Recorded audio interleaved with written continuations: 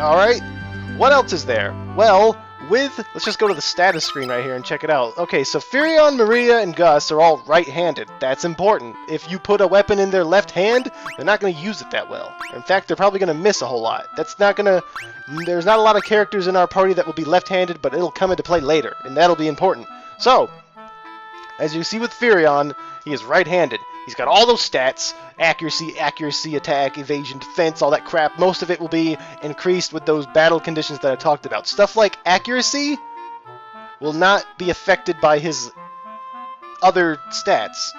The way to increase his accuracy, as you can see, he has 1-70%. That means he has a 70% chance of hitting the enemy with one attack. Because as you know, in Final Fantasy 1, as you got stronger, they would start like hitting multiple times each attack. Like freaking Spencer was dishing out 20-hit punch combos towards the end there, just blasting enemies away with like 2,000 damage. And as you can see to the right of the other stats, we have a mastery system, which is pretty straightforward. As you use certain types of weapon, which from the top to the bottom we have unarmed, daggers, swords, stabs, axes, spears, bows and arrows, and shields.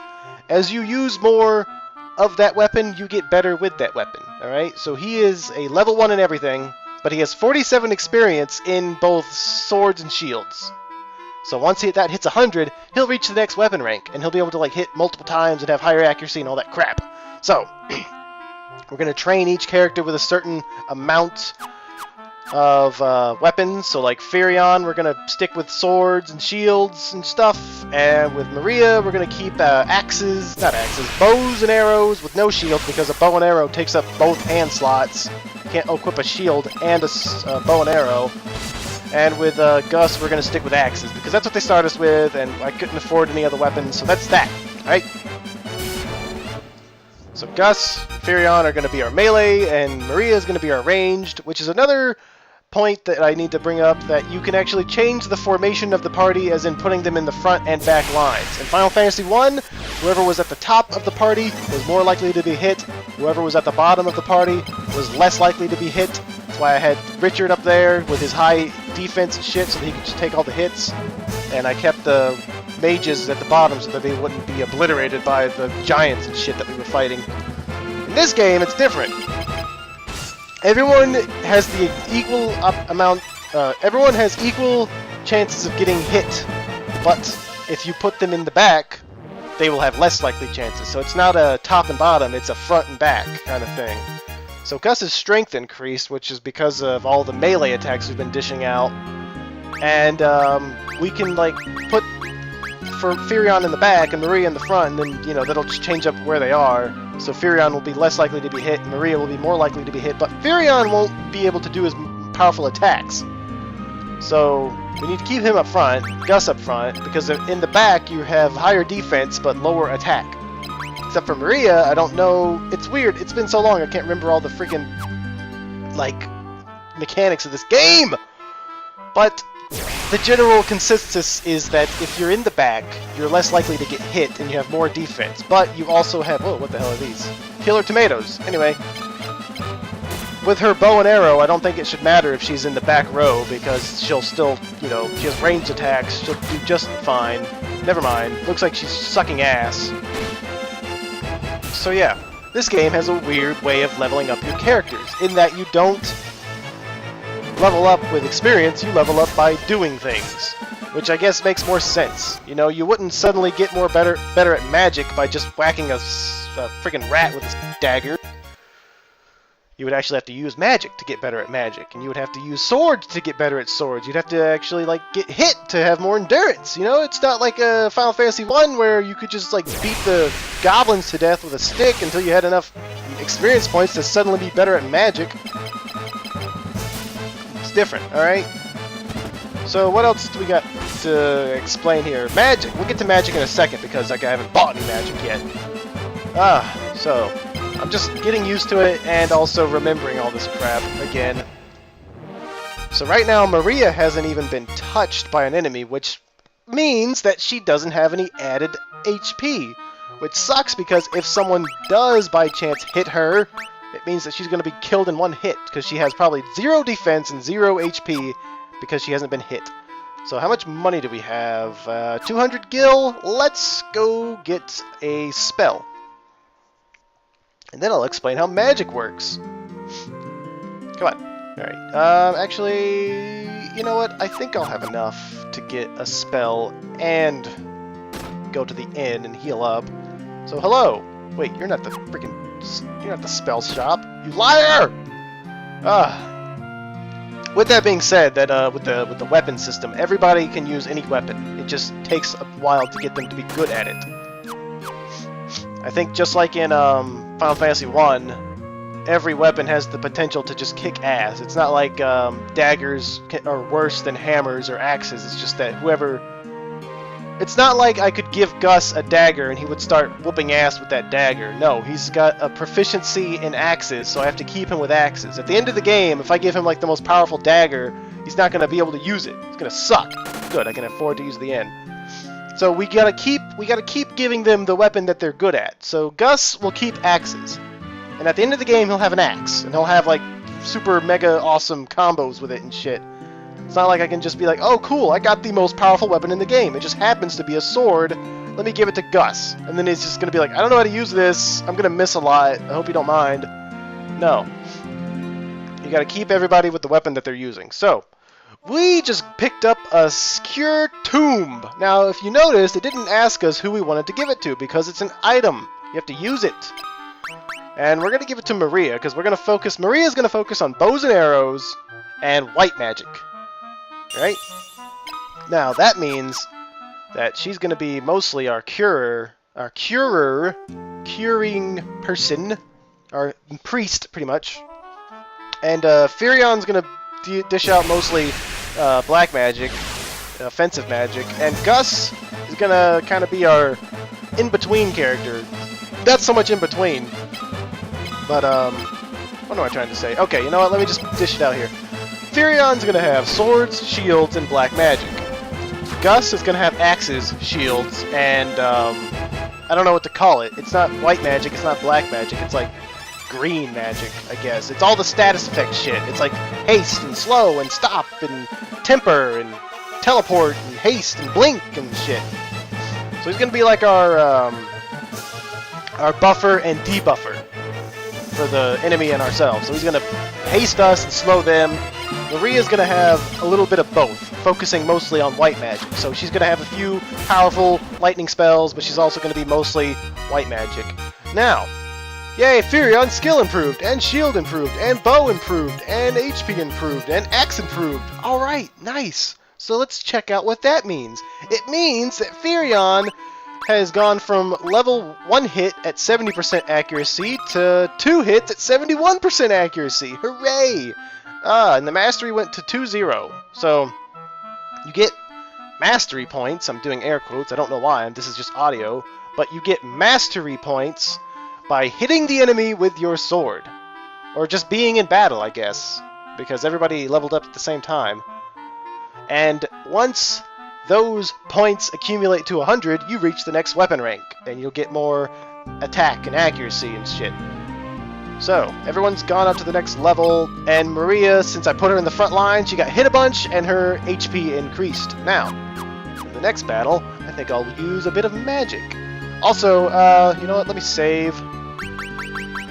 Yes, you can save anywhere in the game on Final Fantasy II. You don't have to be sleeping in a inn, or a sleeping bag, or a tent, or whatever.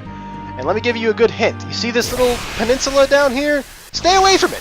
I'm going to show you why you want to stay away from it, but for now, I'm going to just give you a very good tip. Stay away from that peninsula. It's called the Peninsula of Power in this game. It's called the Peninsula of Power in most games, but it really earned its name here because it's like such a beginner's trap. See, like, okay, there's the beginning town. You're thinking, oh, there's just wasps and goblins and killer tomatoes everywhere. Hey, what the hell is that?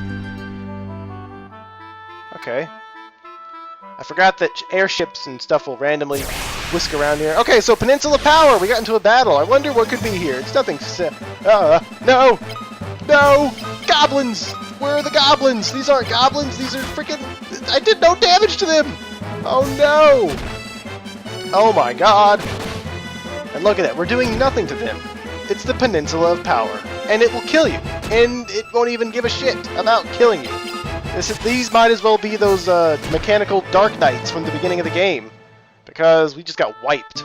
Jesus Christ! Well, let's get back in there. So yeah, that's my tip for the beginning of the game. Don't go anywhere near that peninsula. It will tear you in half. Okay, so back to grinding on goblins and wasps. So anyway, everybody can use any magic. Maria is going to use Cure on herself so that hopefully she'll get some added magic points. Then we'll go into what that means. So look at that, Cure 1. It wasn't even called Cure 1, it was just called Cure. There's no levels of spells that you buy. You have to earn them, alright?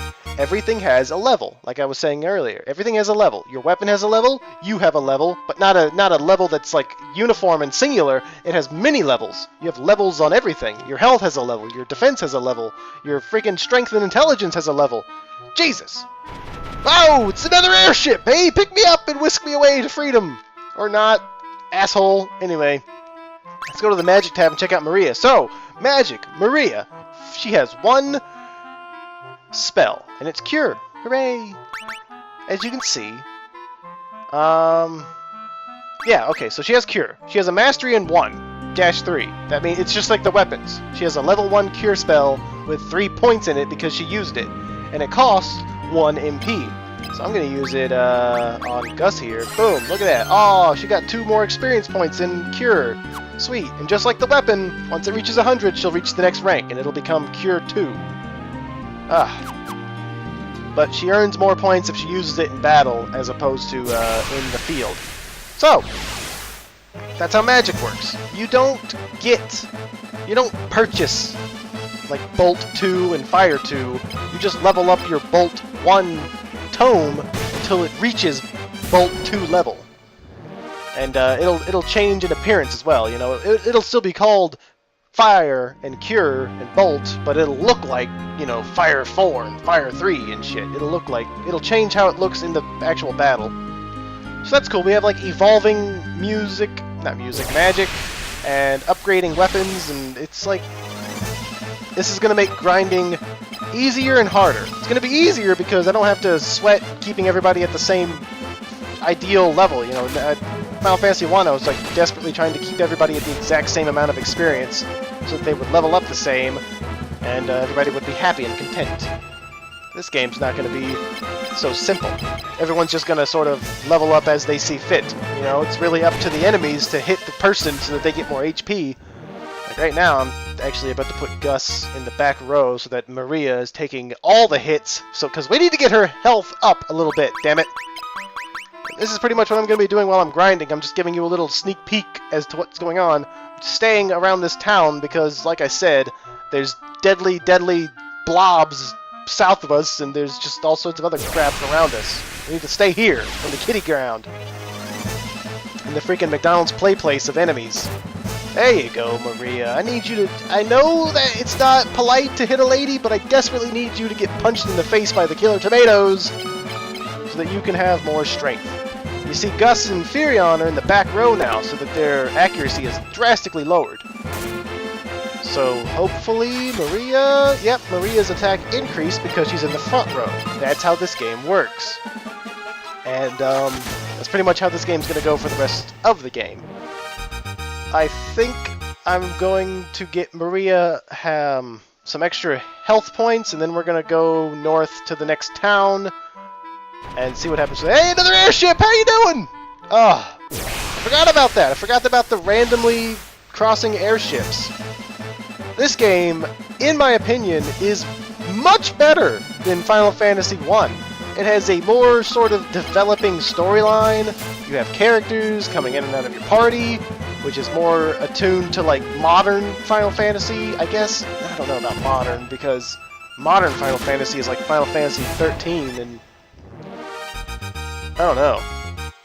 Maybe not so modern as 13, but more modern as in like 7 through 10, where you could just change your party on the fly. But you can't change your party on the fly in this game because party members are going to enter and leave based on storyline events. So we're always going to have 4 for the most part. You know, obviously we don't have 4 now because Leon just ditched us, I guess.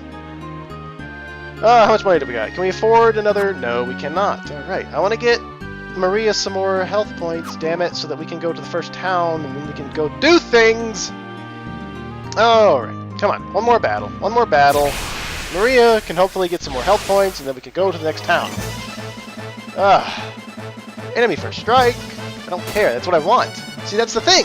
In this game, if Final Fantasy 1, you would go in with some crazy horses and hopefully you kill them before they kill you and then you get the experience. In this game, I actually need the enemy to hit me in order to get more health points. Thank you! Oh my god, a critical hit! Perfect! Oh, I'm so happy! I'm actually excited about the critical hit! I'm not mad because it's going to kill me, I'm happy because it's going to make me stronger. Now, if Maria dies in this battle, she'll get no experience. It's the old saying, what doesn't kill you makes you stronger. That's quite literal in this game, because if you die in battle, all the experience that you accumulated in that battle is lost. You're dead. You have to go back to the freaking statue and ask it to revive you, or throw down a phoenix down. So with Maria's health this low, we should definitely get some extra health points for her. Look at her, she's in the red! My god, if she doesn't get more HP at the end of this, I don't know what the hell's wrong with this game! It's not following its own rules at that point. Ah, nice, okay. Maria, HP increased? Yes? Yes! And Gus's strength increased. And Gus's intelligence decreased. That's right, that's another thing I have to touch upon. You can actually lose stats depending on how you play, which is why everybody's going to have a little bit of magic with them, so that, because, alright, so I've explained the 5 main things to increase your character's stats, you know.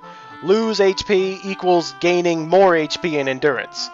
Using magic points equals gaining magic points and the magic stat, depending on which magic you use. If you use white magic, you'll get spirit, which makes your white spells powerful. If you use black magic, you'll gain magic, which is a stat. And, what am I trying to say? You'll get magic as a stat, and that'll increase your black magic strength. If you use melee attacks, you'll gain strength. If you use magic attacks, you'll gain intelligence. If you receive magic damage, you'll get magic defense. What else is here? Evasion, defense, and all that. Evasion, defense, and accuracy is based on your armor and weapon mastery. So is your attack, I believe. Your attack, your accuracy, your defense, and your evasion are based on your equipment. So is magic defense, I guess. Everything else is determined by what you do in battle. My god, I've been explaining this for 2 episodes now. But if you fuck up, basically, and just use magic and just use attack, you'll actually lose stats. So Gus has been swinging his axe for the most part of this game so far, so he's actually lost a little bit of intelligence. So I need to fix that. I need to get everybody a spell. But I don't have enough money to get everybody a spell. I don't think enemies drop items in this game. I don't know. Because I'm playing the PlayStation 1 version on the Origins disc, alright? This game has been released on NES, PlayStation 1, Game Boy Advance, PSP, iPhone, and it's just been released again and again and again and again, changing each time. I'm playing one of the earlier versions from freaking like the early 2000s. Alright, with 150 gil, can we buy like some armor? Can we get some better armor? I think we could. I definitely think we should be able to get Gus a shield if he doesn't already have one. Okay, he doesn't have one. Alright, we'll get him a shield. And we'll get a potion. And I think I'm just going to brave the journey to the next town and grind around there, because I think we've exhausted all the grinding that we can do here. 1 potion, that's good. 1 potion is enough. Gus, actually let me show you that Maria cannot equip a bunker buckler because she has a bow, and a bow is a two-handed weapon. Oh, this game was advanced for its time. There, okay. So now Gus has a little bit of shield. He can start gaining shield mastery. He's under-leveled with shield mastery compared to Furion, so he's not going to be... He's going to be inferior to Furion with his shield ability. But we'll just have to deal with that. Let's get the formation back to where I like it. Gus and Furion in the front, Maria in the back, keeping her defended. She'll cure us if we need it. Let's actually go to the next town. Go to the next town and fight things on the way. So there's another thing I haven't explained yet because I haven't bought a second weapon, but characters can dual wield. Yes, you can have dual wielding characters in this game. Everyone can do it. Even Maria, if we decided to not have her hold a bow, but we could give her like 2 daggers and shit. And that means that they do attack twice in a turn. So they will attack with their dominant hand, which everyone right now has the right hand dominant hand, and they'll attack for whatever accuracy and number of attacks that they have for that. And then they'll attack with their non-dominant hand, which would be everyone's left hand. Jesus, I need some water. Okay, instead of explaining it with hypotheticals, let's just give a situation. If I gave Furion like a dagger, right? Hey, this is the next town. It's a single house, but it's a town, damn it. If we gave Furion a dagger in his left hand, he would drop the buckler, and he would stop gaining mastery in shield. He would start gaining mastery in daggers at a decelerated rate because it's in his non-dominant hand. All of this shit matters, alright? Because depending on if they're right-handed or left-handed, they'll gain more mastery depending on which hand you put their weapon in. So, if we gave Furion a dagger in his left hand, and he started using that, he would A, get more attacks in every turn. He would get his sword attack in, which would be just normal, and then he would get his left hand attack, which would be a dagger attack in. That means that he would be, what's the word, at a disadvantage on both fronts. A, it would be a weapon he's not as good at, so he would probably miss. And if he did not miss, he would also be at a disadvantage because of its non-dominant hand, so he would also have less attack. So it takes a long while to get a character to dual wield weapons effectively. We will be working on that at a, on again, off again rate. I gotta say that, keeping a character with one weapon is pretty good. They'll get a lot of experience in that and everything, but towards the end of the game, I'm probably going to just abandon shields for the most part and just start dual wielding. Like, I'm sure at the end of the game I'll have Gus at like Spencer level of strength, and he'll be just like murdering people with dual wielding axes like a damn behemoth.